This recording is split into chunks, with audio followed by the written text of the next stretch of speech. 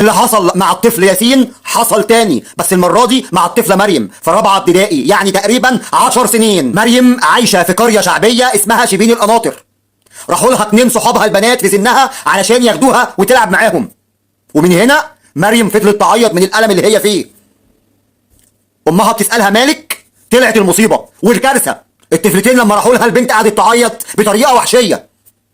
أمها جت لها قالت لها مالك، الطفلتين دولت عايشين مع ابوهم اللي شغال غفير تبع شركه مقاولات خاصه. مريم راحت تسال على صحابها، ابوهم خد ايد مريم ودخلها جوه واغتصبها. حيوان اغتصب البنت على مدار 10 ايام متتاليه، وكان كل مره وكل يوم بيهددها بالسلاح لو قالت لحد، وكان بيقول لها هموتك وهموتهم هم كمان. وطبعا كانت خايفه، خصوصا ان ابوها كان مصاب بجلطه، وطبعا كانت خايفه عليه. عم مريم خدها بسرعه وداها الدكتور، وللاسف فعلا الدكتور لقى ان مريم فقدت عذريتها. طفله 10 سنين تفقد عذريتها، متخيلين؟ عمها راح بلغ المباحث، والمباحث بالفور وعلى طول راحت تقبض عليه بعد ما كان بيحاول ان هو يهرب.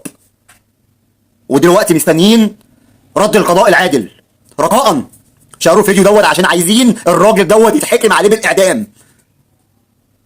والمره دي مسلم مع مسلم، مش هنقول مسلم مع مسيحي، مش اديان. شاروا الفيديو دوت، شاروا الفيديو دوت علشان خاطر الراجل دوت لازم يتحاسب، لازم يتحاسب.